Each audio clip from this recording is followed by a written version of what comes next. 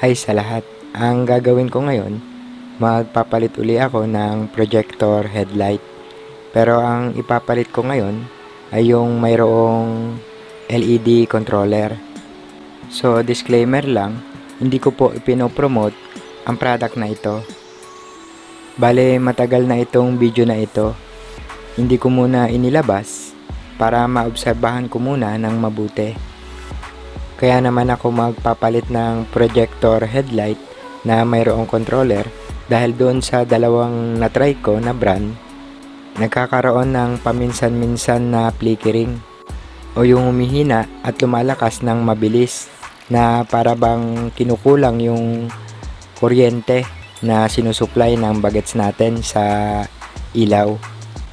Kung halimbawang ma-encounter nyo rin yung ganong problema at medyo nagtitipid kayo, maaari naman na bilihan na lang ng LED controller. At isa pang dahilan, hindi ko gusto yung light pattern ng dalawang unang nabili ko o tinry ko. So hindi ko na isasama dito sa video natin yung pagkalas o yung pagtanggal. Panoorin nyo na lang dun sa unang video. Ang advantage dito sa brand na ito ay yung mga adyasan. Mayroon itong screw na kapag niluwagan mo, maaari mo nang i-adjust yung light pattern na pwedeng ibaba ang kanan at tataas naman ang kaliwa, or ibaba ang kaliwa, tataas naman ang kanan. Kung halimbawang niluwagan nyo at nag-adjust kayo, kailangan nyo uli sikipan yung screw after nyo mag-adjust. Then ang sunod, mayroon pa itong isang screw na halimbawang gusto mo pang i-adjust ng mas mataas yung headlight pattern.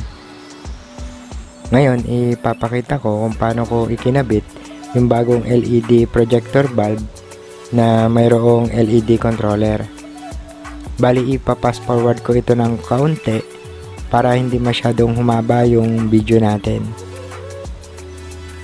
Medyo hassle at medyo puzzle ang pagkabit nito. So kailangan dito ng kaunting pagtsatsaga. Ang isa pang maganda dito sa brand na to o sa model na to, kasyang-kasya ito sa ating headlamp panel. Kailangan lang natin hanapin kung saan siya makakapasok o magkakasya. Katulad dyan sa video, makikita nyo na naipasok ko ito lahat at naisara ko ng maayos yung cover. Na-test ko na to ng ilang buwan kung masisira o mag-overheat yung LED controller. So far, ilang buwan na ito, wala naman naging problema. Then, ito yung item description. So, natapos ko na dito sa right. Ngayon, dito naman ako sa left. Bali, ito yung dating ilaw.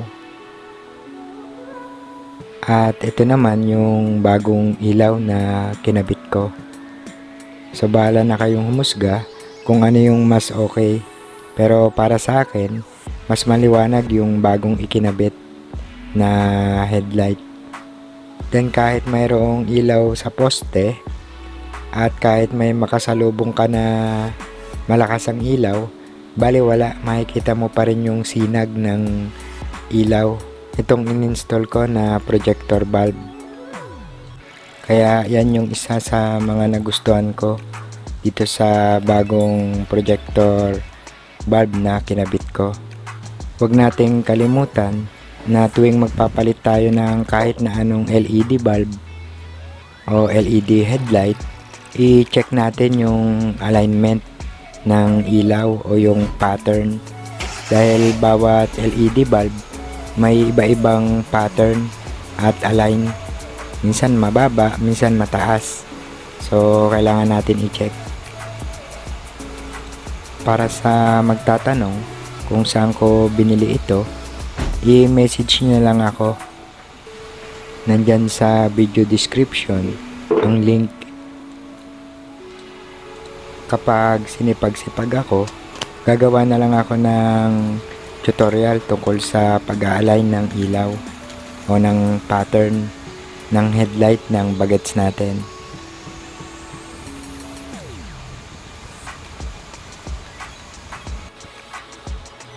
So hanggang dito na lang muna. At kung nakatulong o nagustuhan nyo itong video natin, huwag nyong kalimutan na mag-like, share, follow at subscribe sa ating Facebook at YouTube channel. Maaari din kayong mag-message or mag-comment para sa inyong mga katanungan at mga gustong sabihin. Pipilitin ko na sagutin lahat yan. So babush na at see you on my next DIY video.